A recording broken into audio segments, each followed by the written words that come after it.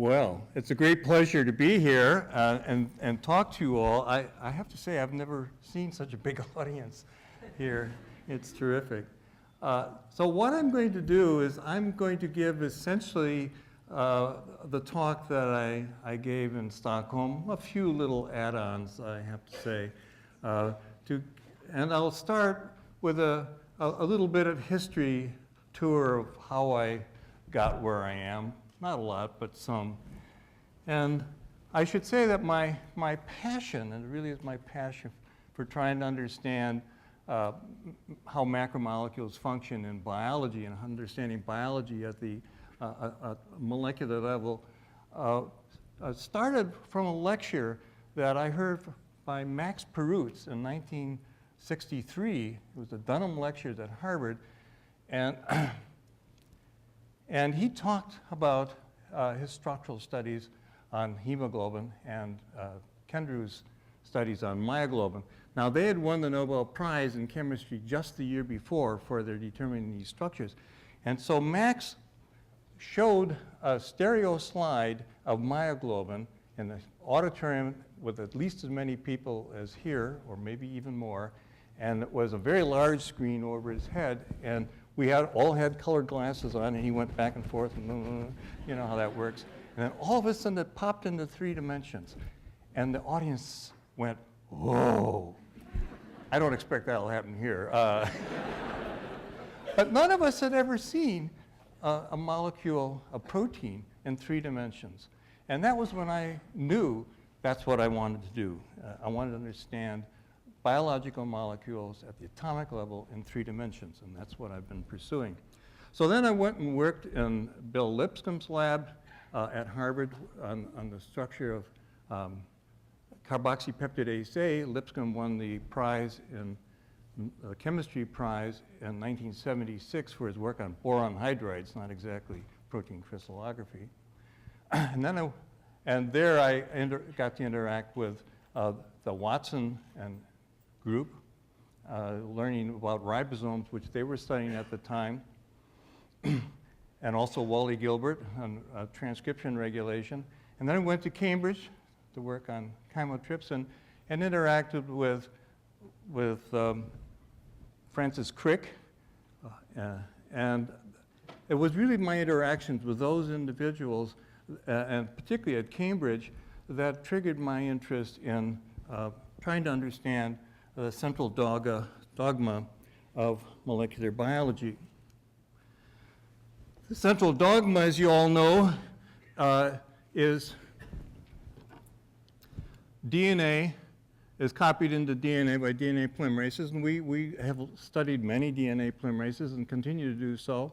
And then the RNA is copied into DNA is copied into RNA using RNA polymerase, and that's regulated. We've been studying that.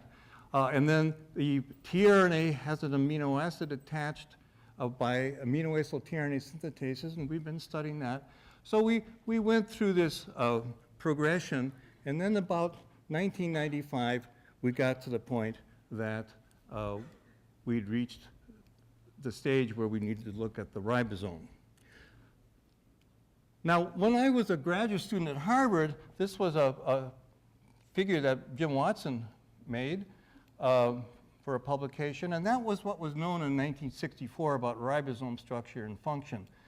It was known that there was an amino acyl tRNA, didn't know what the structure was, and there was decoding by the messenger RNA on the small subunit, and there was a peptidyl tRNA in what was called the P site, but it wasn't known that there was an E site, the exit site. It wasn't known that the polypeptide went through a tunnel, and there were no molecular details at all. It was known that there was translocation, and there were a number of good things known. Well, the ribosome is a very large RNA-containing machine. It's the largest RNA-containing machine in cells. It has 3,000 nucleotides in the bacterial ribosome, large subunit, 34 proteins, and then the smaller subunit is about half that size. It's 2/3 RNA by mass. And it's 1/4 of the bacterial cell mass. And that's useful if you want to do structural studies. You need to be able to make material, so that was very helpful. Now, Jim Lake started structural studies in 1976, and this is using electron microscopy, negatively stained, and he could get the shape of the ribosome. And as you'll see, that's pretty much right. This is called the crown view for obvious reasons. And then this was the shape of the small subunit, and then they sort of snuggle up to each other when they form the 70S. And then in 1997, Joachim Frank used cryo-EM methods, single particle cryo-EM methods to get a somewhat higher resolution structure, something like 24 angstroms resolution. You see little indentations. He positioned the tRNAs, the A site, P site, and E site tRNAs, but not exactly accurately, and guessed where the messenger RNA would go. So that's where it was in the mid-90s. And as I said, we had gotten to the point where we were thinking, what should we do next? And Otto Jonat had, starting in 1980, grown crystals of the ribosome, and then got crystals of the species that I'm going to work on, the Haloarchimeris mortuae, a large subunit. But then she published a paper in 1995. Now, not everybody in this audience is going to look at this and be able to decide whether it's good, bad, or indifferent. But this was a 7-angstrom resolution electron density map that she thought was moving along to understand the ribosome structure. Well, many of us looked at that and realized that it wasn't actually correctly done yet. So we wanted to get into it. Well, the right person at the right time came. Ninad Bond joined my lab in 1995, and he wanted to work on the ribosome. So I said, right. And then I decided we should collaborate with Peter Moore. I've known Peter since we were graduate students at Harvard, and he's a longtime ribosome expert, and he likes to catch big fish, as you can see. And of course, the ribosome is a big fish. And so I thought, yes, he's the right person.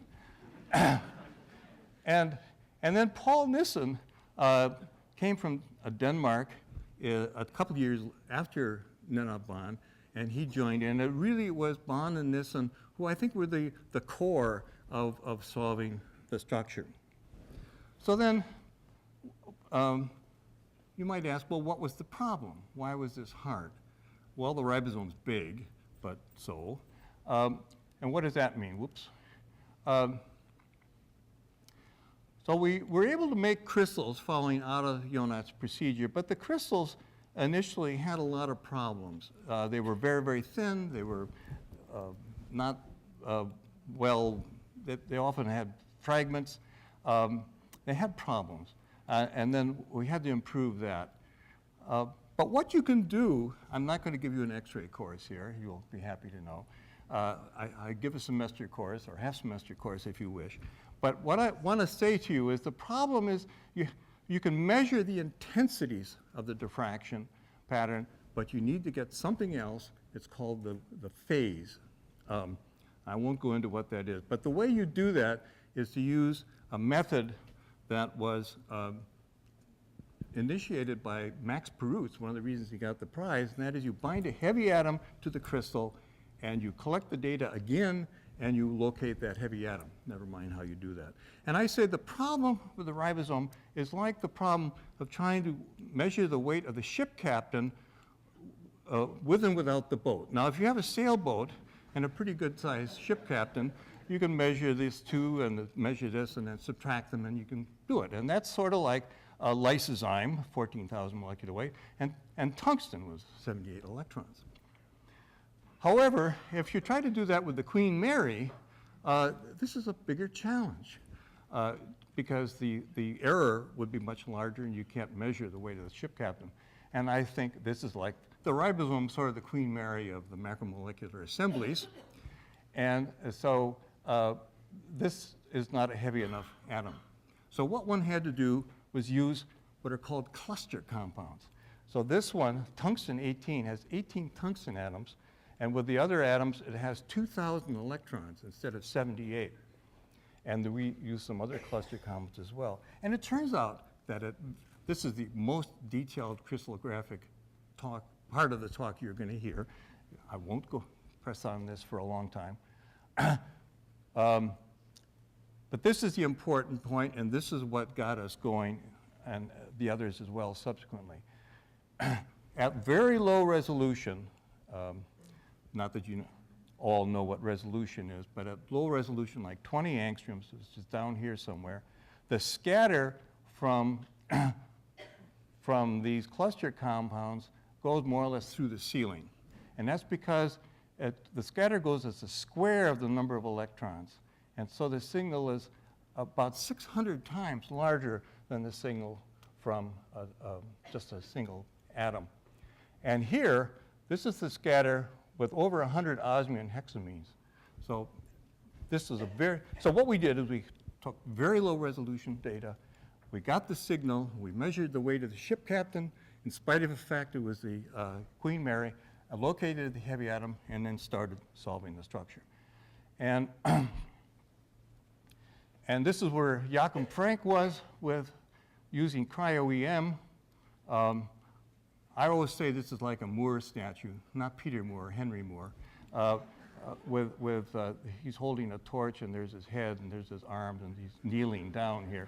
So it was very hard to make an atomic interpretation of this. So our first publication was in 1998, in which we had a 9 angstrom resolution map, very low resolution, but we could see the twists and turns of the RNA. So we knew we were on the right path, and besides, the shape was the same as the 20 angstrom resolution of reconstruction. And then the next year, we got to 5 angstrom resolution. And in fact, Otto Jonath and Venki Ramakrishnan followed the same route, and they got there too, as well as Harry Noller. And then at 2000, we got to 2.4 angstrom resolution. And you can't see, certainly not in this room, the detail here, but we could actually position every single atom. And it took us several months to do that, but we were able to do that. And so here is the structure that we got, or a representation of the structure that we got in 2000. The RNA is shown with a red backbone, sugar phosphate backbone, and the white bases. A very tightly packed RNA. So we had no idea what RNA was going to look like in this large assembly, not a clue. Proteins are in blue, embedded around the surface. Again, the contrast isn't very large, but there's where the substrate binds, and you'll notice there's not much blue there. I'll come back to that momentarily. Now, let's see if I can get my, oh, there we go. So this is, okay. This is the large ribosomal subunit that we determined here at Yale. This is a small subunit determined by Venki Ramakrishnan and put together using Harry Noller's data on the 70S. And here are 3 tRNAs borrowed as well. And we're going to spend most of our time down here in what's called the peptidyltransferase center, where peptide bond formation occurs. That's where the amino acids are stuck together. And then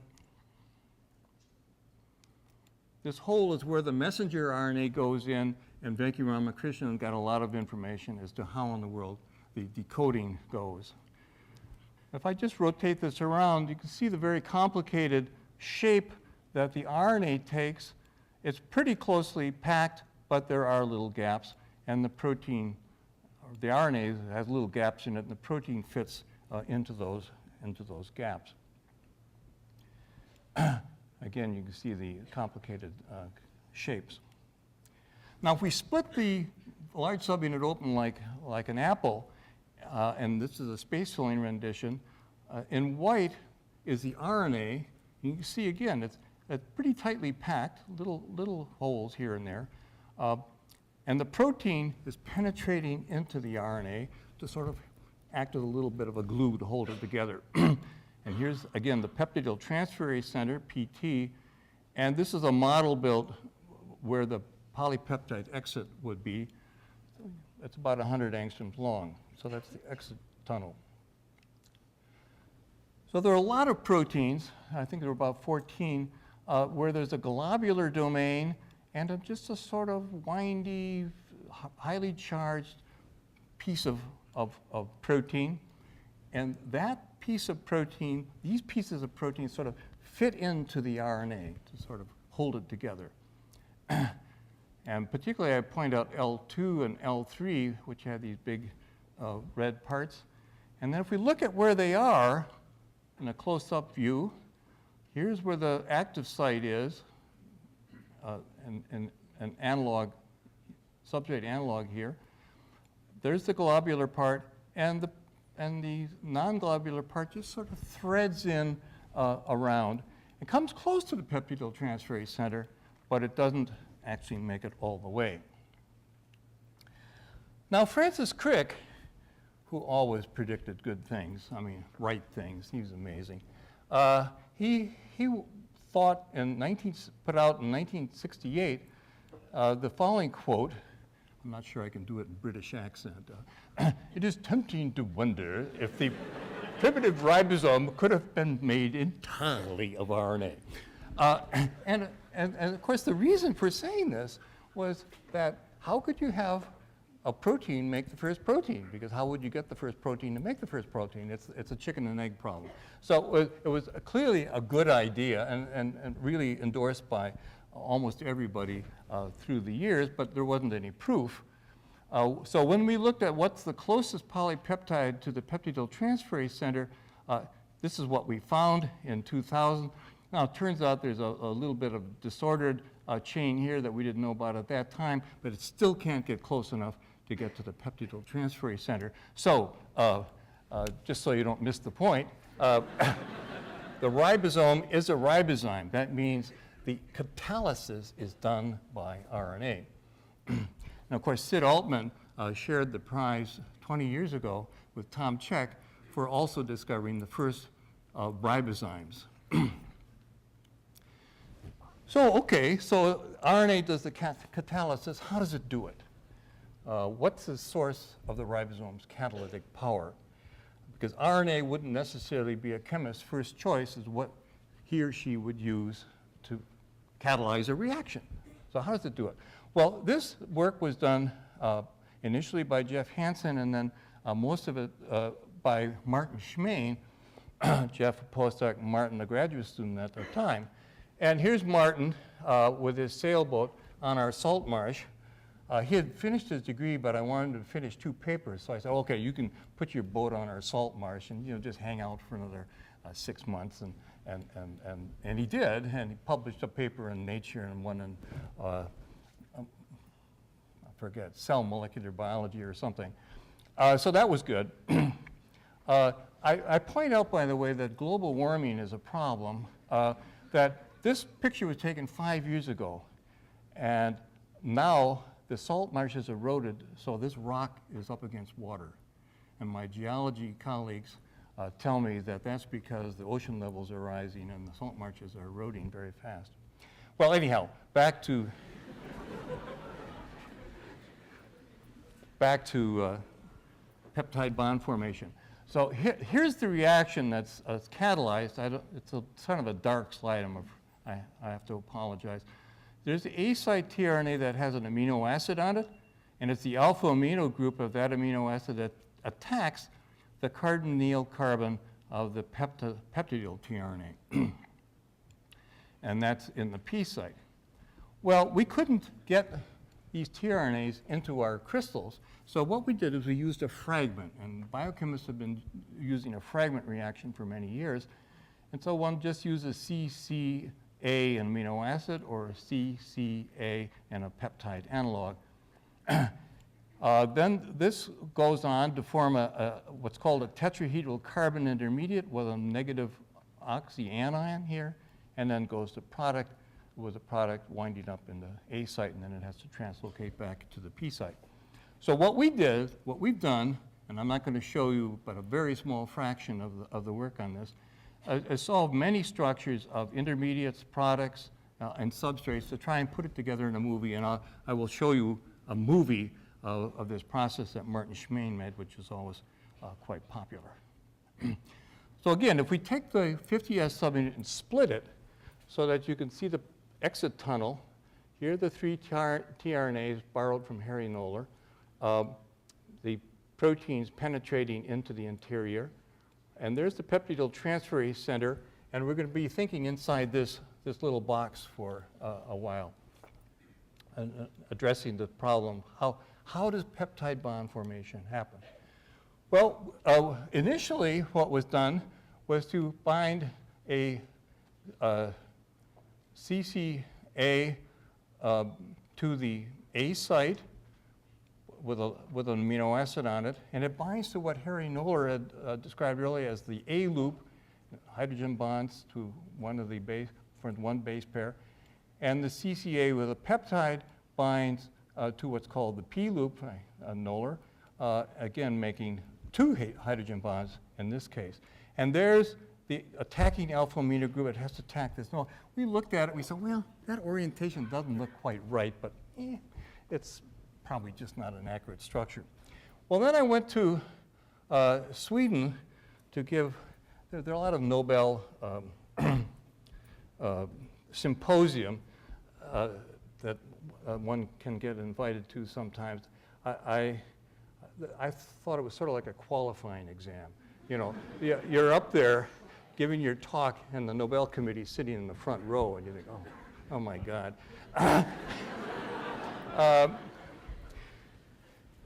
The students understand that, right? So the question was asked, why is peptidyl tRNA not hydrolyzed in the absence of the A site tRNA? Because if the structure is all set up to go, why can't water attack the carbonyl carbon instead of the alpha amino group? And this was the same question that was asked by Koshland 50 years ago about hexokinase and why we studied hexokinase in the first place. Is because he asked, well, why isn't ATP hydrolyzed in the absence of glucose? After all, glucose is just a water molecule with a few carbons attached. And he said, there has to be a conformational change. And that's the answer here as well. And so while I was unable to answer the question in Sweden, Martin Schmein was back at work in the lab and came up with the answer by the time I got back. And so what he found was that if you don't have the A site substrate bound, this peptide-linked group, the peptidyl group, is buried. So this is where a water molecule would have to be either here or here, and it can't get there. It's sterically blocked by sort of protected. So what he did is he looked at several substrates, and I'll show you a movie this will probably be a little easier to understand. But the major point is that if he has CA in the A site, there's not much of a conformational change. But if he has CCA, and there are a lot of biochemical data for why one did this, what happens is this protecting base moves out of the way, and there's a reorientation, and it's actually of the peptidyl group, and reorients so that it's now ready for chemistry. So what happens, okay, here's the uninduced state, wrong orientation really, but then when you get the induced state, this moves out of the way, and you get this in position to attack, which you can then do, and you get this tetrahedral intermediate, the oxyanion that's formed, and that's what it would look like with a substrate side chain on. So that's what it looks like, the ground state, where it starts. And so there are two groups that could be involved in the chemistry of the catalysis. Now, all catalysis by enzymes is activated by or enhanced by the orientation of two substrates. It's entropy. Jenks described this nearly 40 years ago. So that's the biggest effect. All enzymes do that. But what else do they do? Well, there's a hydroxyl group here from the P site sugar, and there's a base here with a nitrogen. Well, initially we thought, well, I wonder if it could be the base. Not our best hypothesis, I have to say, because it turns out to be wrong, as I'll mention. And the other possibility is that this hydroxyl has an important role, and that turns out to be right. So Rachel Green mutated that particular A to all three other bases and found that with a full-length tRNA it made no difference. So clearly that wasn't important for catalysis. However, Scott Strobel, also working with Rachel Green, showed that if they removed that hydroxyl group from the P site substrate, the rate went down a very large amount. So clearly it was important for something.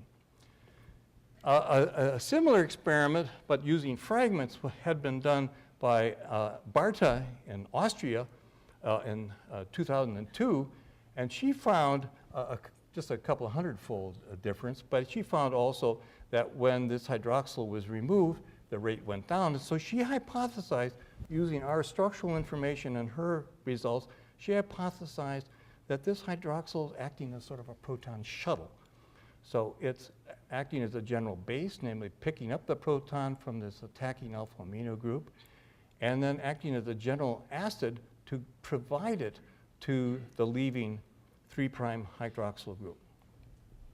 And there have been some experiments that have been done subsequent to that, and that's pretty well, I think, agreed upon as the mechanism and what the enzyme is doing. Then another thing that enzymes do is stabilize transition states, lower the activation barrier. And is it doing that? Well, we used a substrate, again, synthesized in Scott Strobel's lab by Kevin Huong. And this is an analog of the intermediate. And the carbon is mimicked by a phosphorus, and the oxygen by a sulfur, so we could see it.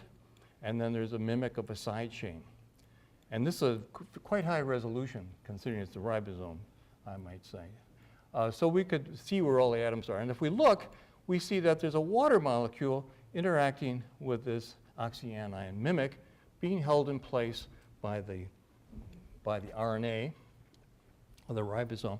And so that could indeed be stabilizing because there's quite a dipole moment on the RNA, or on the water rather, sorry. So what's the source of catalytic power? Substrate orientation by the 23S RNA, very important. A proton shuttle by the 2' hydroxyl, and probably transition state stabilization. Well, I think everybody's ready for a movie by now. And so this movie was made by Martin Schmain. Music was composed by others.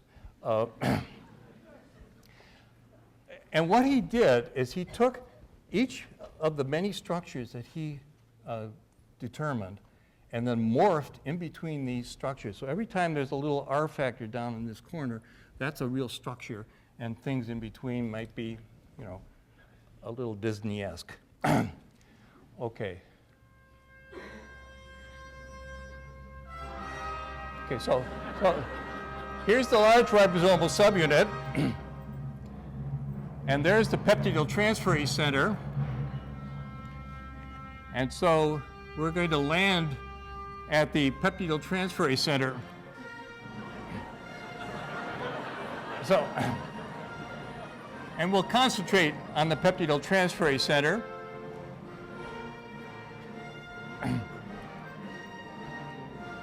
And we have now the P loop and the A loop. We're just showing that. Now we have the peptidyl CCA, the P site substrates coming in, making its two base pairs, and you see the carbonyl group is protected by these two bases. Now we have the attacking A site substrate.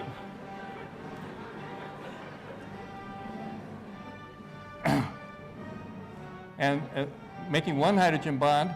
And this is the uninduced structure. And then now there's a conformational change. You get the induced structure, so this gets oriented properly. There's a stabilizing water molecule. Now we're ready for the attack of the alpha amino group. The alpha amino group. Okay, it seems to have worked. So here's the tetrahedral carbon with the oxyanion interacting with a water molecule, and then it breaks down to give the product. And then the deacylated CCA, or actually the tRNA in the real case, goes to the E site, the exit site. So now it's, this is made up, of course. We don't know how it gets there exactly. It's going over to the E site, and the CCA will be interacting with the E site. The A76 is going to be stacked in here. And now there's no room for an amino acid, which is why only the deacylated tRNA gets in here. And now there's one more trip. It's a rotation of 180 degrees. The P site peptidyl CCA goes, or E site, A site rather, goes to the P site. Okay, so that's what we know about it.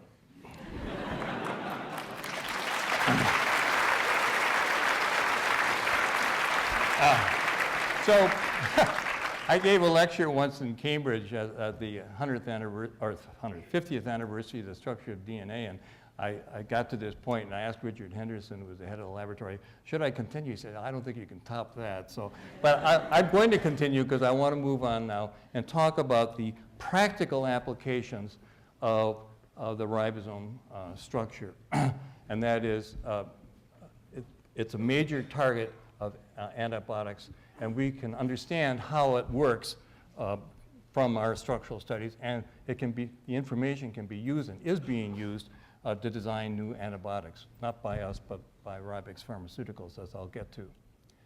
So as you all know, resistant strains of bacteria are a major problem. This was in the New York Times a couple of years ago, but MRSA, methicillin-resistant Staph aureus, causing, the number here is 19,000 deaths in US hospitals alone.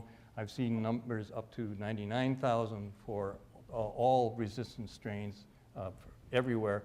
Anyhow, it's a large number of people who die from the lack of ability for the antibiotics to work.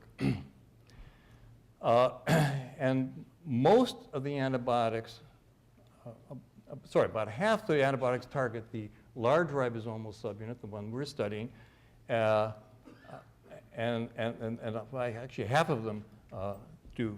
So it's a major, major target.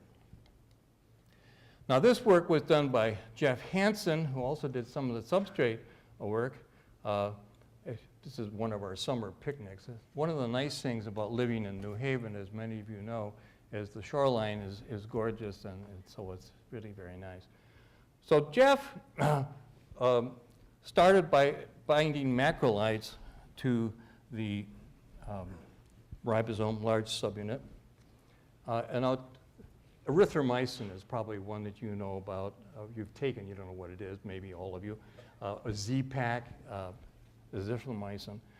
Now it turns out that eubacteria, and Halorchimeris mortui is not a eubacteria, but an archaebacteria. Archaebacteria are really eukaryotes in disguise. They hung out with the eukaryotes for about 1 billion years after they split off from the eubacteria, and so they're very similar. And so how could we bind antibiotics to this this eukaryotic lookalike? Well, it turns out you just go to very high concentrations, and with some of them he was able to do it.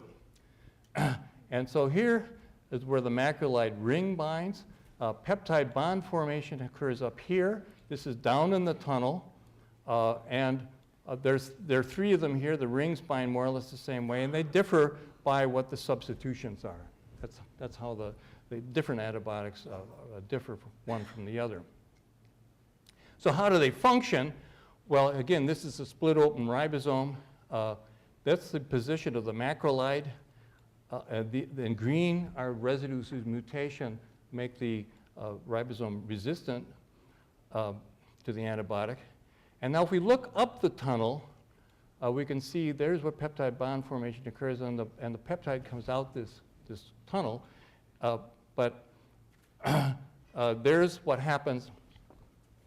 Oh, that's where the antibiotic binds, blocking the exit of the polypeptide. I call this molecular constipation. Actually, I said this in Sweden and nobody laughed. I think they don't understand their English is really good, but I don't think they understood constipation. The word, that is.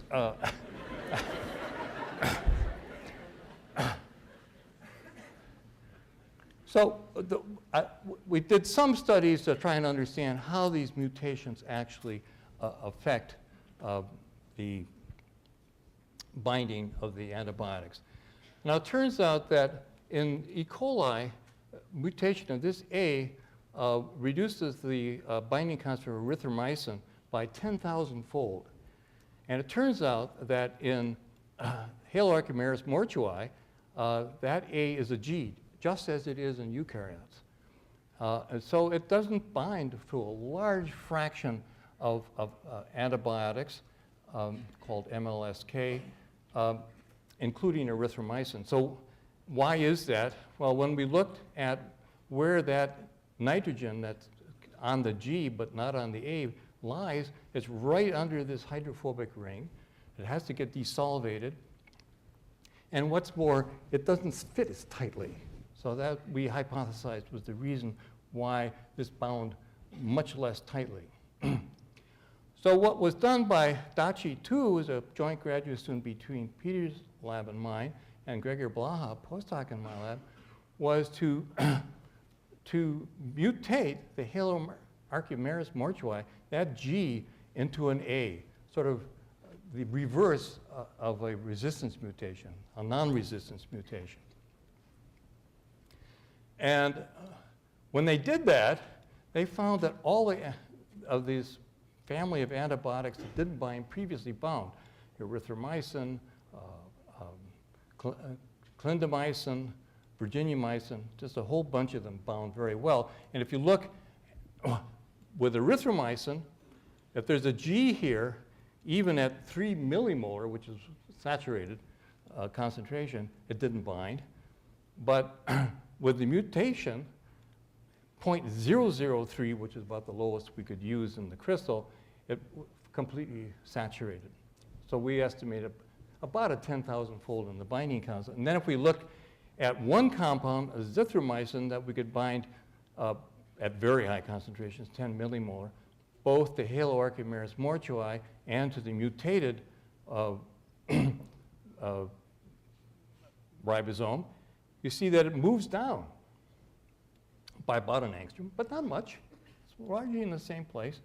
And there's where that pesky little nitrogen is that gets in the way of its binding.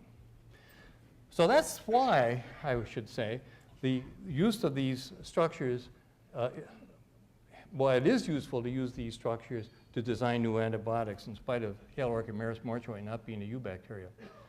I might say it's more important to have an accurate structure, perhaps than a eubacterial structure. I just want to point out that in Ada Jonat's work early on, she had the antibiotic erythromycin oriented this way, and it's actually oriented this way. And we've now looked at another eubacteria and see exactly the same thing. So this is the correct one.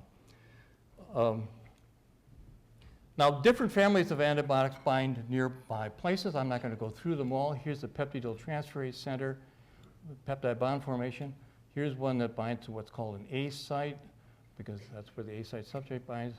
There are many that bind here.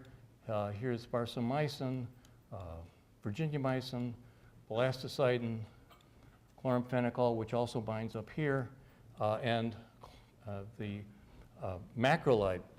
So what do you do with this information? And here's where I'm going to transition into what is being done by Ribex. What you can do is you can take a piece of one of these molecules and tie it chemically to a piece of another one to make a hybrid molecule. And you use that using the structure, computational methods developed initially in Bill Jorgensen's lab in the chemistry department. And these methods work very well. And so there, Ribex, which is on George Street, 300 George Street, has been working since 2001 when I and several of my colleagues, Peter and Bill and others, founded it. And they're getting good results. So here's an example. Never mind the chemical details here. You can't see them anyhow, and it doesn't really matter. So what they're doing is they're taking one compound, linazolid, which is sold by Pfizer. It's a major new antibiotic, some years old, but and combine it with sparsamycin, which is basically a rat poison. That is, it's not discriminating. So if you look at the selectivity, linazolid does select eubacteria, but not eukaryotes, whereas sparsamycin isn't. And then what is measured by the microbiologist is something called the MIC. It's not M-I-C-K-E-Y is what many of us know, M-O-U-S-E, but so this is, MIC is the minimum inhibitory concentration, and you have to be below 4 to be effective.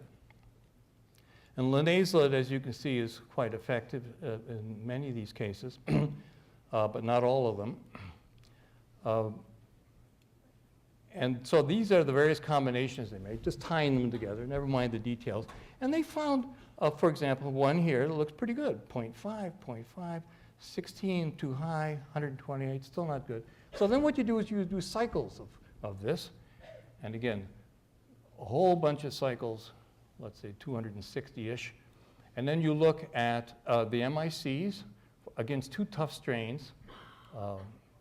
So you see this was one that they didn't target, neither did linazolid. But there it is. It's down to 2, and this is very good. So they've made compounds now. They got one that they call ridazolit, and it will work against all kinds of resistant bacterial strains. Here's Zithromax, Z-Pak, doesn't work against any of these. And here's a vancomycin, a linazolid resistant, vancomycin resistant strain, works very well against these compounds from Ribex work very well. And here, and it's not just MRSA that's a problem. There are other kinds of resistant strains. Again, enterococci. Here's what ridazolit does, all fine. Vancomycin, terrible. Linazolid, not good enough. So ridazolit has now made it through phase 2 clinical trials, and so it's looking pretty good. Many of us are very enthusiastic about that. The company has several compounds that are in preclinical trials that are looking good, getting lined up to go into the clinic, including one that was a de novo design, just starting from scratch, that works against gram-negative bacteria, which is also a major problem. So I think it's going to be very good. And then I'm going to end the science part with just one last thing. Where do we go from here? I always get asked, what are you going to do next? And I say, well, the future is hard to predict. But let me talk about tuberculosis. 192 people will die from tuberculosis during the next hour. It's a major, major problem, not in this part of the world, but certainly in the third world, although I think we could get into trouble as well. So what we have done is we've bound 2 compounds that are active against TB and to a 70S ribosome structure that we have done with 3 tRNAs bound. And let me just say, and this is in press, it's not out yet. So it binds between the 2 subunits. There's the tRNA that's in the A site. Now we're zooming in. So here's the tRNA. It's interacting with the messenger RNA. This is what was found initially by Venki Ramakrishnan. And there are two bases that are flipped out, 1492, 1493, that are stabilizing this interaction. And what this compound, biomycin, is doing is stabilizing this whole ensemble, just gluing it right there and stopping it. Now, why is this important? Well, it turns out that here's viomycin, capreomycin binds in the same place, and there are two compounds that Venki found were bound to the small subunit, hygromycin B and paromycin. And once again, one can only think, well, maybe the Ribex trick will work here, and maybe one can make new antibiotics. And there's a strain called XDR that is arising in southern Africa, a major resistance strain because it's resistant against all antibiotics, no matter what the target molecule is. And the question is, can that be combated? The challenge, of course, is going to be to get funding for that, because this cures poor people, but hopefully we can do something about that. So I'm going to stop there. I'm going to make some thank yous, if I may. A few people I didn't mention in Peter Moore's group. Betty Freeborn was the technician who made the ribosomes early on, and Larissa Velisenka made them subsequently. Let's see, who else did I not mention? Dan Klein worked on many of the structural aspects in the later stages. And I have to mention that Scott Strobel, his lab, synthesized some of the compounds. And I should also mention my fellow chemistry winners, Ada Yonat and Venki Ramakrishnan. This is before he discovered he needed to shave in order to get through security. He said he always was, patted down and had all kinds of trouble, but as soon as he shaved, boom, right through. So in case you think there's no profiling, you're wrong.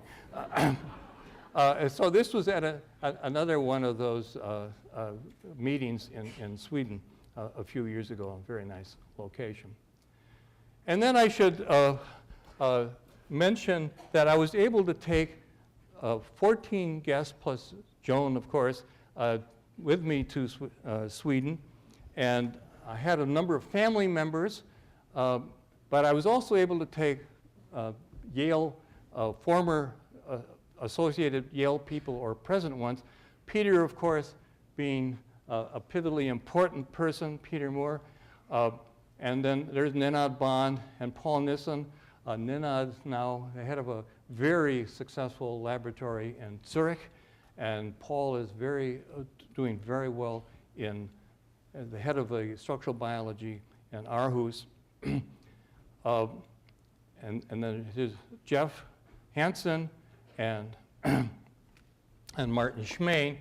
And I also invited Peggy Entherton to come along, because she handles so much of my workload, particularly the paper workload, and she stabilizes the whole lab crew, making them work together, so that's very helpful.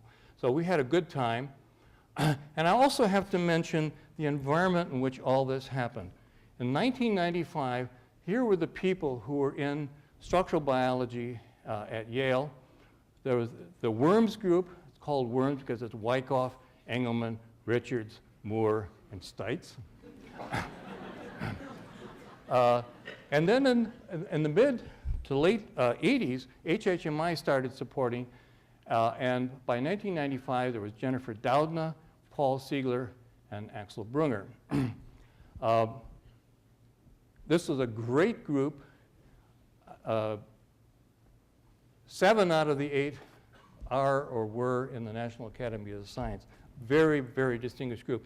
And I have to say, science doesn't happen in a vacuum. It's very important to have a good environment within which to work, and this was a great environment. And this is the hoo-ha that happened after the presentation, a wonderful banquet, and the servers, I don't know how they did it. There were 1,500 people there, gorgeous tables and music and lots of singing and dancing.